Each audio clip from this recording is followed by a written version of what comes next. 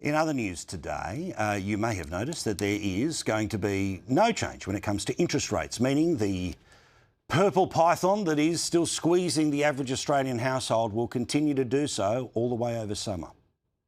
There's no surprise, the Reserve Bank keeping Australia's official cash rate on hold. Interest rates have, as most people have expected, been left on hold. No rate relief before Christmas. The Reserve Bank has kept interest rates on hold. And as has been predicted, the chances of any drop anytime soon, well, is now out the window. Why? Because inflation is out of control. It'll get worse, of course, when inflation continues to rise after the power price electoral bribe disappears. Headline inflation is very much swung around by the on and off of the electricity rebates, and we're not expecting headline inflation to come back down below 3 for another 12 months effectively. So again, confirming from the Reserve Bank Governor there that inflation is the problem, which is why no chance of a drop in rates anytime soon. In fact, most likely something quite the opposite. Here is Michelle Bullock on that issue. We didn't consider the case for a rate cut at all. We didn't explicitly consider the case for a rate rise at this meeting, but we did consider and discuss quite a lot the circumstances and what might need to happen if we would decide that interest rates had to rise again at some point next year. Okay, everyone paying attention? Remember how we turned the corner, everything is awesome? Well, despite the fact that the Reserve Bank Governor is basically saying forget about the down, up is the next one, and it'll happen sometime next year. Several banks are predicting it won't be one, it'll be more than one. Why? Because inflation's going to start to get out of control again.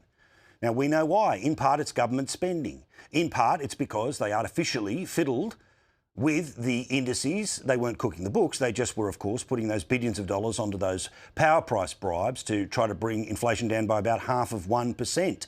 They go, as well as the overall increases when it comes to electricity. This thing's going to keep going.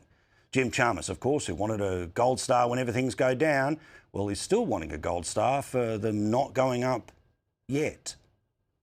The story of our economy in 2025 has been the very welcome, very encouraging recovery in the private sector. Business investment is growing very strongly. Housing investment recovering as well. We've had 4 consecutive quarters of productivity growth. All of those things are good developments.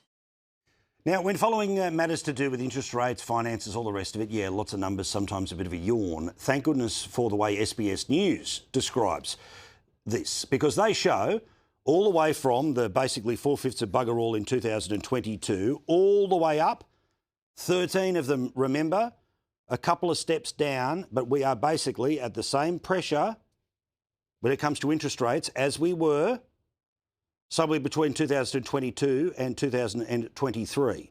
All of that. An awful lot of pain, meaning the third of the country that's trying to pay off their mortgages right now, they are under just as much pressure as they have ever been. Perhaps not as high as the absolute tippy top, but you can see there is a very, very long road ahead. But who cares, right? They got re-elected. We learned today of the name of the 59-year-old firefighter who died trying to save other members of the firefighting forces. John Lowen is his name, and this is a little about the information and statement from his family via Channel 9 tonight. A tribute tonight for the firefighter who lost his life while trying to protect the lives of others at Bulahdelah, north of Newcastle. 59-year-old John Lowen was struck by a tree on Sunday night. He'd been a volunteer for the National Parks and Wildlife Service for more than 30 years. His family has released a statement saying John was a great father, loving brother and wonderful friend to everyone who knew him. There was another fire, not as significant as the ones that have obviously taken property and lives, but I mentioned this, and I know it's a national show and it is always a little easy to focus in on one city and one city's problems. But as constantly, there are a lot of people who are desperate for the fire season to prove their views when it comes to climate change. A reminder every now and then that some of these things are not the way they seem, certainly when it starts. This was a fire which was in the northwest of Sydney a little bit earlier today. A couple of kids, I think a 12 and a 13-year-old, have been spoken to by police because The Rural Fire Service noticed the obvious. In this sort of situation in the middle of suburbia, and there was no lightning strikes, you have to look at other causes of fire. There was, of course, reports in and around what happened on the Central Coast, in and around jerry cans as well. Now, will there be lightning that starts fires? Absolutely. Will there be wind that pushes them along? Yeah, of course. Will there be power cords that spark? Yes. But will there also be people who, for some stupid, mad reason, decide to light a fire? Sadly, you bet. But also, speaking of sadly, I might get into trouble for saying it, but I'll say it anyway. There are parts of society that sort of spur on and want there to be significant fires. Now, obviously, they don't want people to be hurt. They don't want homes to disappear, but they know how galvanising the 2020 bushfires were, particularly in and around New South Wales, as people got to physically see the consequences, as it was said at the time, around climate change. The Guardian, or the Toombul Times as we call it on this program, had this today, and again, you be the judge, because I don't think what I've said is all that unfair. Australians should expect the unexpected this bushfire season amid dangerous conditions, experts have warned, after a severe start that saw a firefighter killed and homes destroyed in several states. The start of December has already produced heat waves in several states. This follows a dry spring for large parts of the southeastern Australia, thanks to the influence of a rare warming phenomenon called sudden stratospheric warming over Antarctica. David Bowman, who's a professor of, I'm not going to try to pronounce that, and fire science, pyrogeography, there you go, and fire science at the University of Tasmania said the number one message is expect the unexpected. In a world increasing climate instability, he said people should stop assuming a seasonal forecast or the authorities can have some crystal ball to tell you what February's going to be like. Instead, he said the smartest thing for people to do was to prepare, have a bushfire survival plan, build situational awareness at home and when travelling. Again, perhaps it's the headline, maybe even a little more than the content, but this sort of, not salivating, but certainly the idea that, well, at any moment it's going to go off, it's going to go off, it's going to go off, and when it goes off, it's all only because of climate change. Again, will strong winds and high temperatures make things worse? Yes. Will they produce more lightning strikes? Yes. But are they the sole issue and sole factor around whether fires either start in the first place? No. Or become intense? Well, also no. Remember, last night we had a chat with the Nationals leader, Gurmesh Singh, who's also a firefighter and lives and represents the communities on the mid-north coast of New South Wales. He got our attention by claiming that only 11% of the hazard reductions, which is supposed to have happened in New South Wales, have happened. Last night he brought the receipts. Just in case you didn't see it, have a look at this and go and find the full highlight at skynews.com.au. How many hectares of hazard reduction they want done, and it's not just burning, it's other methods like clearing fire breaks, mechanical removal of debris and things like that. So they have a target that they want to reach every single year. And they've reached 11% of it so far. So obviously there's a lot more that can be done. And I think one of the big lessons out of the 2019 and 20 bushfires were that, you know, we need to start having a really mature conversation around what it looks like in terms of fire breaks around properties and especially around communities and towns. All right, let us now get to the Minister for Freebies. Now, last night I was able to show you a whole list of free stuff that the Minister for Freebies had been claiming. Now, remember, it's not just the tickets, it's the travel to and from. You'll notice many and most of the tickets would involve +1, i.e. 2 tickets. There she is, of course, making snow angels out of the confetti at the AFLW Grand Final, or is that the NRLW Grand Final? Either way, you get the point. Well, as we learnt last night, she had cars waiting for her just in case, because, you know, God forbid you actually have to hail a cab. Wells spends thousands on Comcast to attend grand finals. Wells has charged, as you know, $1,000 for a car to wait for 7 hours. 7 hours for her to go and see the tennis. As I told you last night, and a couple of people have noticed now, remember she got the Oasis tickets from Events New South Wales. She lives in Brisbane. It was on a Saturday night. So who paid for the travel? Was it another up and down trip? Some of the defences that are now being offered by Anika Wells or some of her supporters or some of her mates in the media are outrageous. I'll get to them in a second. But I told you last night that for her to be able to be wall-to-wall tomorrow when the social media ban comes in all over much of the establishment media, that either herself or the Prime Minister would have to refer all of this off to a committee. Now, because the rules have got a giant loophole, you could drive a truck through it, or in her case, perhaps just get a car to wait and then drive through it, she will, of course, inevitably be exonerated. Well, guess what happened today? Struggling to shake off the intense scrutiny over her ballooning travel expenses and perks, Anika Wells has decided to take matters into her own hands. The minister has referred herself to a parliamentary watchdog that investigates Polly's expenses. Cabinet Minister Anika Wells has referred herself for an independent audit over taxpayer-funded expenses.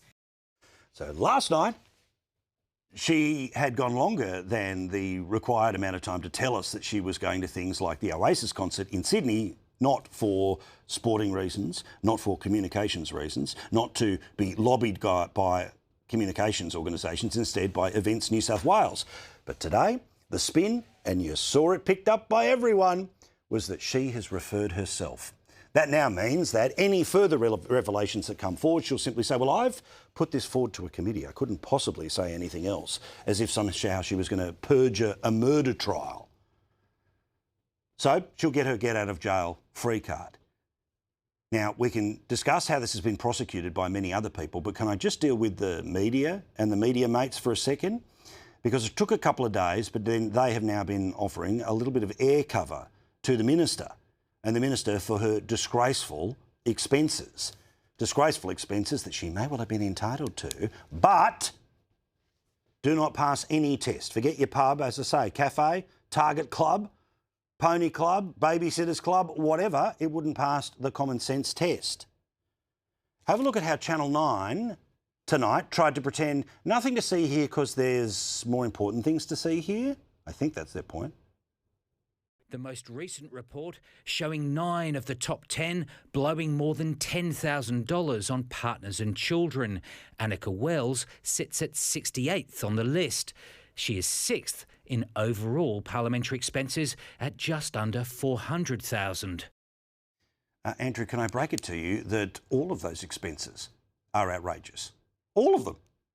You see, there's not going to be one of these things where, oh, there's a specific witch hunt on this one person. No, Minister for Freebies has got form. The types of things that she has racked up on. Now, again, there'll be plenty of fine print inside that list where you're able to pretend, oh, she's really down here. And, of course, the family reunion flights from Western Australia might be a little more expensive than perhaps city hopping between Sydney and Brisbane. But it didn't stop there.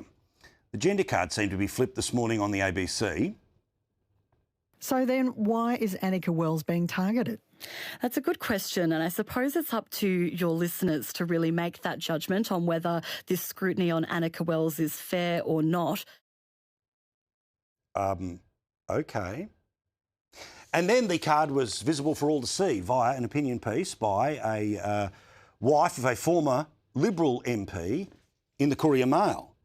But when it comes to criticism, when criticism becomes gendered, when it fixates on the juggle, the childcare, the family logistics, the effect is unmistakable.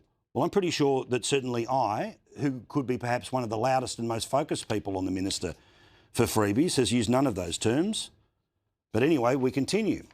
We are not assessing conduct, we are assessing motherhood. And if that is the bar, then it is no wonder that capable women hesitate before stepping into public life. I'll repeat, I'm not a Labor voter. Defending Anika Wells does not advance my political interests. Indeed, it'll probably hurt them. But I cannot sit silently while the realities of working mothers in politics are erased in favour of outrage cycles. All right, let's level the playing field then, OK? Here's the reason why Anika Wells stands out from the crowd. It's because it's so blatant. It's because when given a choice of pulling her head in or pulling the public credit card out, the card gets a workout almost every time. It's also because, as was highlighted by skynews.com.au today, that at the very time when she was racking up the expenses on that collective credit card, where she was charging hundreds of dollars for dinner here, a trip to a mate's birthday here, a trip to a mate's birthday there, pretending that there was work that urgently had to be done the day before or the day after the Melbourne Cup over and over and over and over and over again. She was one of the people who was prancing about politically trying to make hay about the Liberal Party when its policy going into the last election was that a small business up to $20,000 would be able to claim that off the tax they pay. Now, of course, Anika Wells, spending way more than $20,000, was trying to mock small business for being able to take off their own tax bill the small amount of money for taking your biggest client to lunch at the pub. Oh, and she did it on social media too. Make no mistake. This, in part, is why I am focused on the Minister for Freebies, and when she gets let off by the official report, I'll still be on her case because she's taking the piss.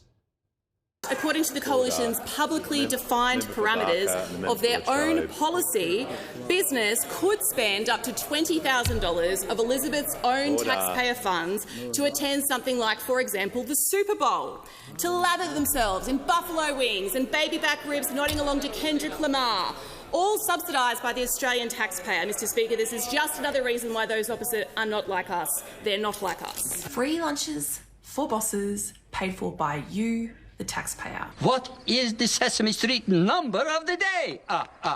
Is it $250 million? It's up to those Oscar the Grouches to come clean and answer.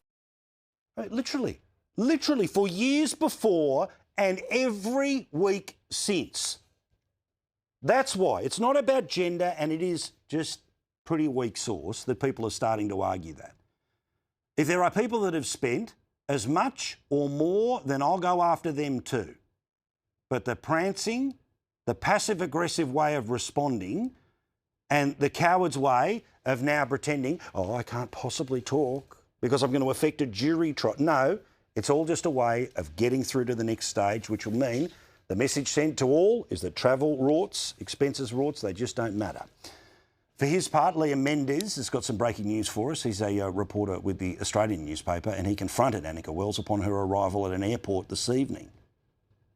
You're on a salary of $400,000, over $400,000. Do you think the rules that have allowed you to claim these expenses need to be changed? Well, these rules operate and are set at arm's length from parliamentarians. But do you think they need to be changed? People can have a view on that. But what's your view? That's part of the Australian... Do you think they need to be changed?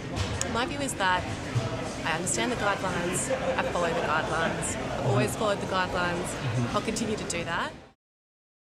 Sorry, the hardest possible word when you don't think you've done anything wrong. And you mock people who try to make life easier for small business. Again, the message that will be sent to all of the colleagues, all of the media, is don't worry, we've got your back. Because, you know, it's a special thing to be a Minister of the Crown. Yes, it is. Which means you should think twice. What about the idea that you're forcing somebody to stand around and wait for you, like you're a member of the royal family, for hours at a tennis match? Hours. Oh, you know what? I definitely better take those free tickets to Oasis, and yep, I'll fly to Sydney to go and see them. Fair dinkum. Unbelievable.